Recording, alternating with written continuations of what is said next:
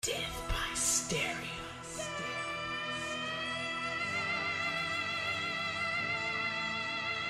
Death by stereo.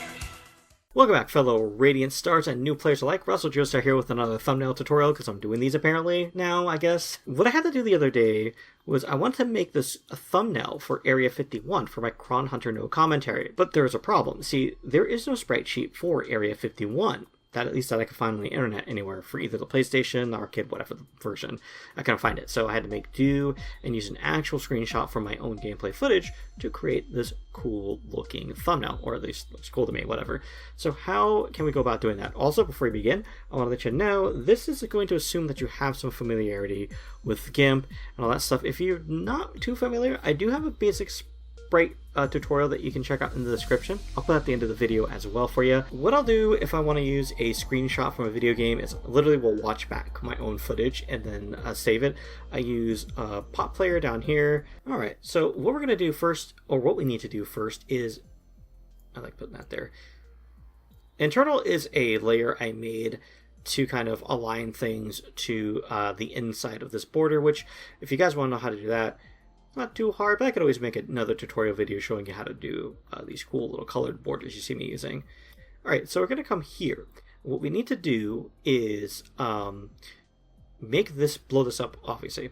Also, note that I have my little display or input capture on the bottom left there, so let me know if that sucks or not. So what we're going to do first is Shift S to bring up the scale tool. So what we're going to do is make sure your chain is closed. This will let you stretch and keep the aspect ratio. We're going to hold Control. I'm going to reset that actually. We're going to hold Control, which will let us blow this up around the center. And we're going to just stretch this out. And we don't really have guidelines here, so we're going to have to eyeball how big we think we can get it. If you go scale, yeah, it's too small because I want to have that press start and credits out of the thumbnail. And I picked this one specifically because I think it looks cool having this dude coming up ready to punch you. Like, it's nice little action pose there. So we've got that blown up the way I like it. Now we're going to hit Shift S again. We're going to break the chain and we're going to hold Control, and that'll let us kind of drag it around the center like that. Otherwise we have to go stretch this out. We have to go from each side. This makes life a bit easier. And I think that's pretty cool. Actually, you know what? I want to stretch out just a little bit in.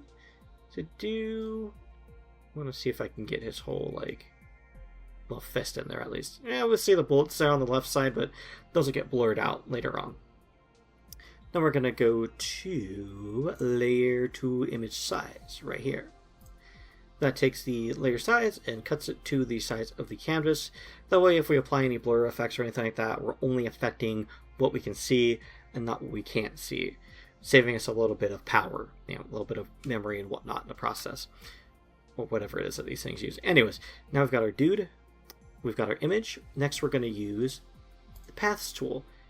Paths tool, if you haven't used it before, is pretty cool because you can click and make a little path, and you can do all kinds of things with these paths, like you can draw along the path, you can fill in along the path, you can select the path, which is what we're going to be using, and you can even readjust these by just clicking on them.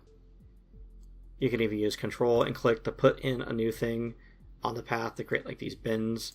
There's all kinds of cool things you can do, and then of course you can just come here like this and click the bin like that.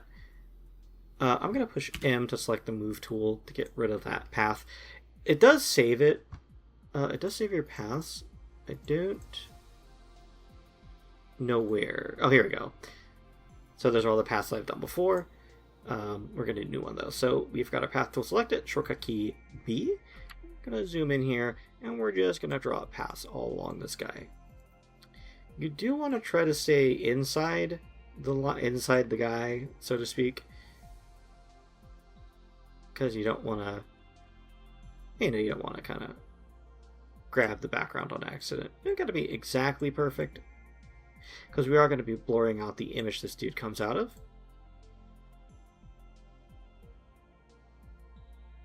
And you note that you don't have to get every single little pixel like this. I'm just doing that because that's how I do. You can kind of just get the general shape. That'd be good. Maybe kind of just go pixel to pixel like this, being this thing's relatively okay at what it does. So you don't have to get every single little. If you could just get the general shape, you're good, even for curves. Like this guy's face here, we can go like this. And we've kind of generally got it. Let me see, with the guy's shoulder here, we can go bing, bing, bing, bing.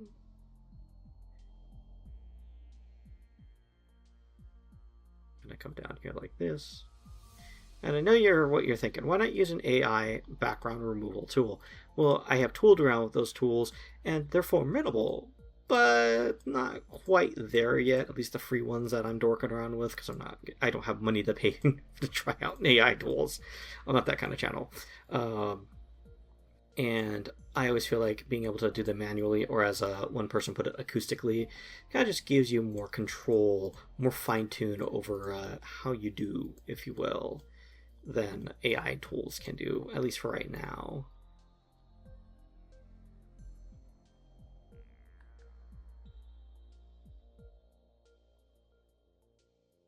Also, we'll have the background image still available for us to edit. We don't have to like hope that the AI cuts it out, and it's just easier, in my opinion, for right now, at least.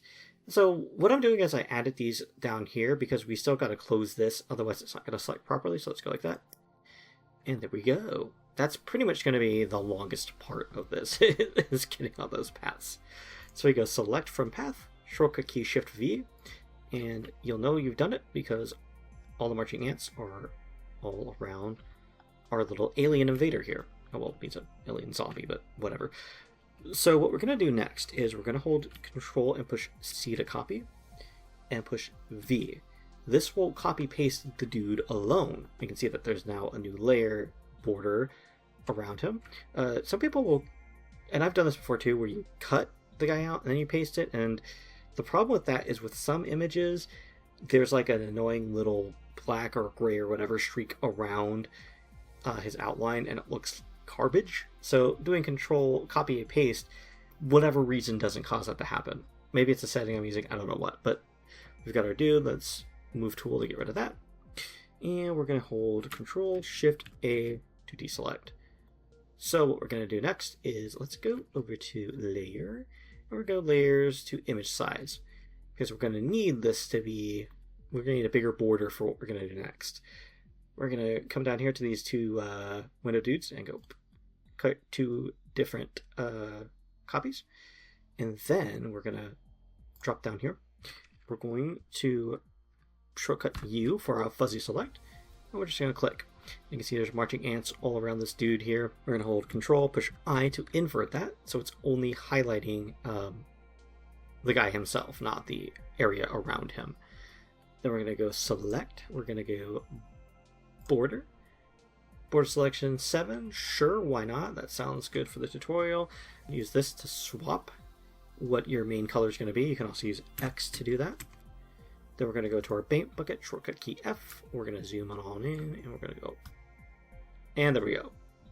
We got ourselves a nice little black border. There's a little bit of a, you can see here we did miss a little bit with the selection. But, I mean, that's okay. It's close enough for government work. And what we're going to do next is we're going to go to filters. We're going to show our Gaussian blur.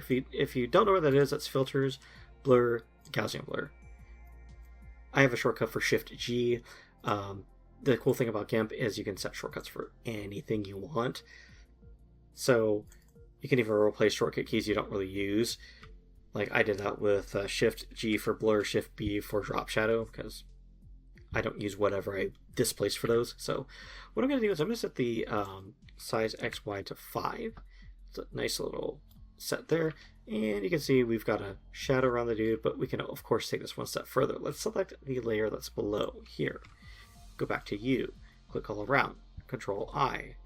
We're going to go select. Now we're going to go grow instead. I like to use 18 point. You can see there's a big border around the dude, and we're going to X to select that red. If you want that exact red hue, that's going to be FF0042. Push your F key, click, and bada bing, bada boom. We've got this nice little red hue around him. And again, we've got that bit there. So if you end up with something like this, you can always just delete this all these and then go back and recapture with your pathing tool. But just to keep things brisk, we'll not do that. So we pretty much got this guy finished and taken care of. So now we're going to go merge down, and then we're going to go layers, crop layers to content, and you'll see that yellow border shrinks. So now we're once again only on around the guy here. So we've got this background. What are we going to do about this? Like, yeah, he's kind of standing out, but we can do something to make him stand out just a little bit more. Let's pull that Gaussian blur back up, and we're going to go with a blur of, I believe it's 10, yes. Blur of 10, and now he stands out even more with that blurred out background. And next we need to drop in the Area 51 logo and work our magic on that. So let's go grab it. There we go. We can see it's kind of behind this dude, so we're going to drop it like that. Go to our Move Tool M. We're going to move it over here. I do want to make that bigger, so Shift S, close the chain, come down here, and instead of around center, we're just going to drag in this here because I just want to make that a bit bigger that way. And second first, same as the first. We're just going to go to Layer, Layers to Image Size, Duplicate. Oop. I don't know why it's popping that up. We're going to go to our Fuzzy Select tool, and then we're going to go Bing. Now this one's tricky because there are things we need to select that are interior. So let's hold Shift and click to add them to the selection that we got going on here. Groovy. Now we're going to hold Control I, and you pretty much can guess what we're going to do from here. Switch that black back to the front, select, border, yes, F, Bing, A, and then I'm going to pull up my Gaussian blur, hit that with that 5 blur, come down here, U, Bing, Bing, Bing, Bing, whoops, Bing, whoops, Bing, Bing, Bing, Bing, Bing, Bing, Bing, Bing, Bing, Bing, Bing. Control I, bam.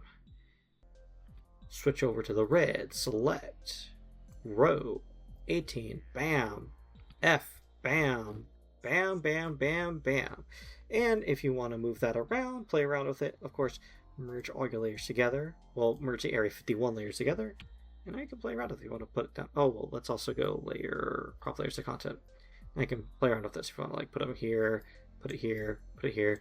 Maybe go Maverick and, like, even go Shift F and flip this dude around, And now you've got, like, this that actually looks, unironically looks kind of cool, but I'll just leave it like that. And there you go. You have, if you've been following along with your home installment of GIMP, you now have thumbnail made. And you can use this for pretty much any situation where a character, you don't have the sprites available for that character, for that game, for that whatever, to work your magic with, if you will.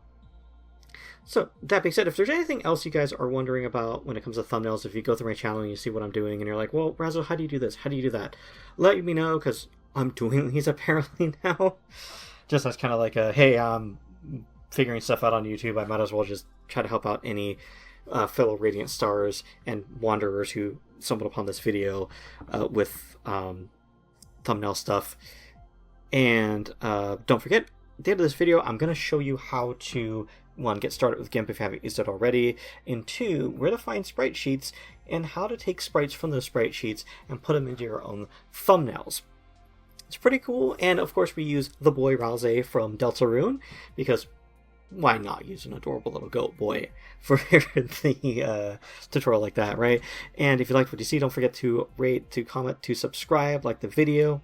Rating doesn't happen anymore, but anyways, all that stuff does actually help with my videos, and the algorithm lets YouTube know that I don't suck and you'd like to help this video reach other people and other viewers. And I do have a Patreon available. I'm still trying to figure out what exactly I want to offer for membership, but there is that as well. And once I hit the view count, because after this video, as of this video, I'm like 2,500 and something, I'll do memberships too and come up with cool memberships for any Radiant Stars that want to do that kind of thing. So that being said, enough of my jibber jabbering. Thank you very so much for watching, guys. And remember, no matter what anyone says, you are a radiant star. Take care, and I will see you in the next one.